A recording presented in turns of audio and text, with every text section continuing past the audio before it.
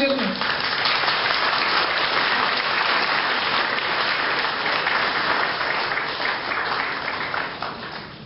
Добър вечер на всички.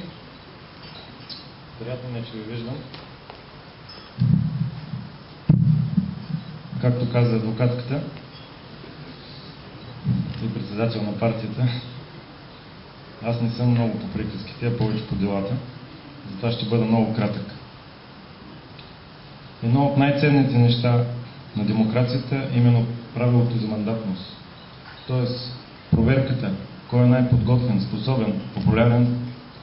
Периодичната проверка, това е едно от най-важните неща. Кой е най-популярен, ще разберем на 28.